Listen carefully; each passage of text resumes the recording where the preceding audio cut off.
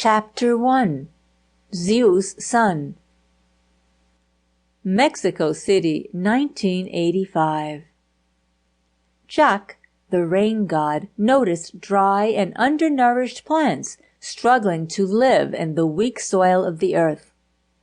He decided to burn the land to increase nutrients in the soil. Jack called on all birds to help him.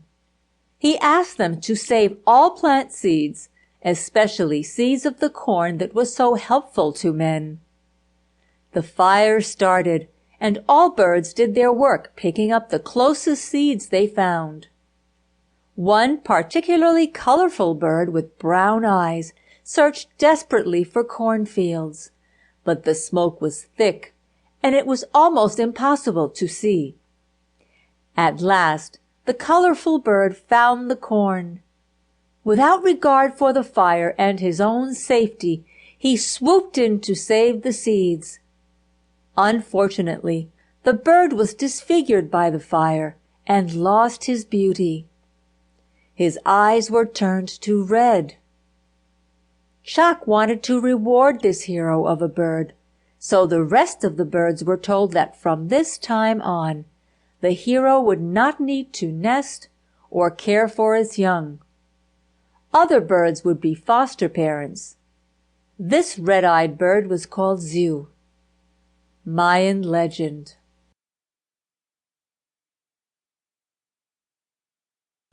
There are profound events that shape our lives, and there are small moments that change the way we see life.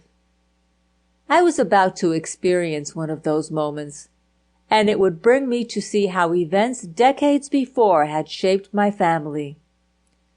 A life founded on lies creates a whirlwind of false memories, straining to escape its bottle. When it escapes, will it tear our lives apart or pass us by, giving us only the gentle touch of an afternoon breeze? I had moved to Chicago 10 years earlier, and since then I had had many happy visits to Mexico. But this time I was flying back to Mexico City to visit my grandmother for the last time. She had been suffering from Alzheimer's disease for several years, and her health had recently become much worse. She was holding on to life with her last bit of energy, and my family told me that she was often barely conscious. I left my husband and children behind at O'Hare and boarded a crowded plane full of Mexican Americans whose faces held the longing look of those ready to set foot once again in their homeland. They were mostly immigrants like me, people who had filled their bags with presents and dressed themselves in their best clothes for their reunions with cherished family. Teenagers proudly wore Chicago Cubs jackets or Bulls t-shirts. A mixture of Spanish and English flowed between the family members. After a smooth landing, I went through immigration, picked up my bags, cleared customs, and faced an avalanche, both of people and emotions, when the exit doors opened to the airport terminal.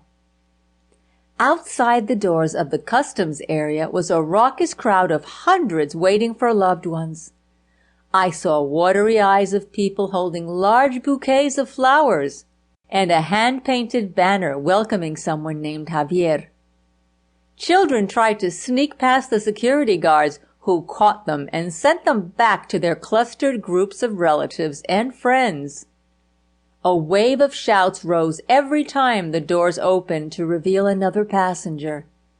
In the midst of the crowd, I focused on a familiar smile, and there was my father with one hand up high, trying to attract my attention. I rushed over to him, and in his embrace smelled the cologne that made me feel at home. After hurrying through the terminal to the parking garage, I snatched my father's car keys from his hands, eager to experience once again the excitement of driving in Mexico City. As had been the case in each of my visits for the past 10 years, there was road construction in the area of the airport terminals,